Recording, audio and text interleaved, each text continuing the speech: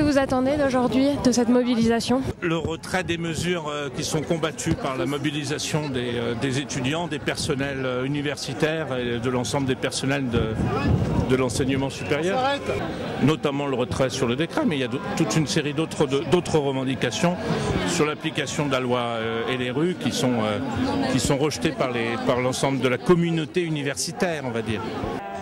Le projet de réforme serait plus ou moins suspendu avec la nomination d'une médiatrice. Oui, tout le monde a entendu cette proposition de faire une médiatrice, mais c'est l'éternel problème des réformes, où il y a une concertation avant, pas après. La mobilisation, c'est un vrai changement de cap dans la façon dont sont nées les réformes. Ce qu'on veut aujourd'hui, c'est que les étudiants ils soient vraiment consultés, c'est qu'on les prenne comme une vraie part de l'université et qu'on arrête de faire des effets d'annonce et d'essayer de se demander comment on va faire ensuite.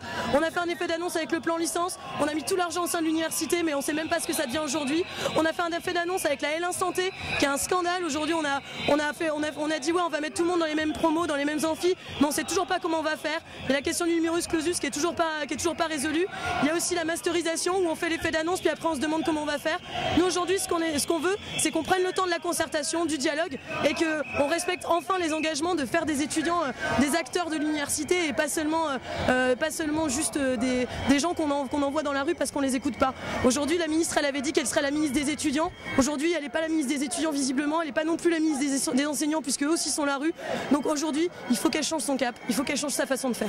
Les IUFM demandent le maintien d'une formation professionnelle.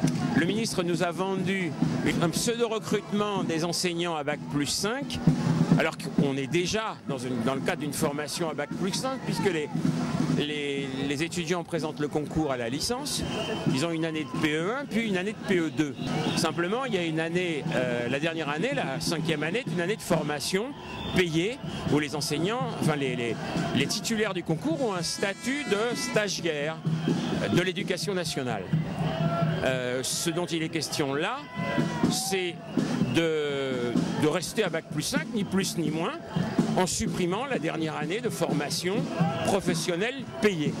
Vous attendez quoi à l'UNEF de la mobilisation d'aujourd'hui? C'est tout simplement pour faire entendre la voix de la jeunesse, montrer que aujourd'hui on a des conditions d'études et des conditions de vie qui sont dures pour une majorité d'étudiants, et peut-être qu'il y a 20 ans c'était un épiphénomène, mais aujourd'hui c'est une réalité qu'on peut pas nier, la précarité étudiante, le salariat étudiant, ce genre de choses.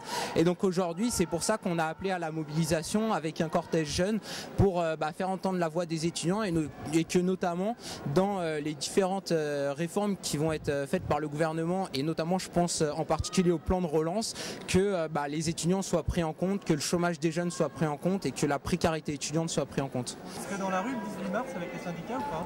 Ah bien sûr, je serai dans la rue. Après, bon, on dit ça comme ça, mais si demain Sarkozy annonce qu'il augmente les bourses, qu'il donne des financements à l'enseignement supérieur et qu'il rétablit une certaine valeur pour nos diplômes qui correspondent à une certaine rémunération plus tard sur le marché du travail, il n'y aura pas de raison d'aller manifester le 18 mars. Donc là je pense qu'en fait la balle est dans le camp du gouvernement. Le mouvement social de toute façon il est en route et on ne compte pas s'arrêter là.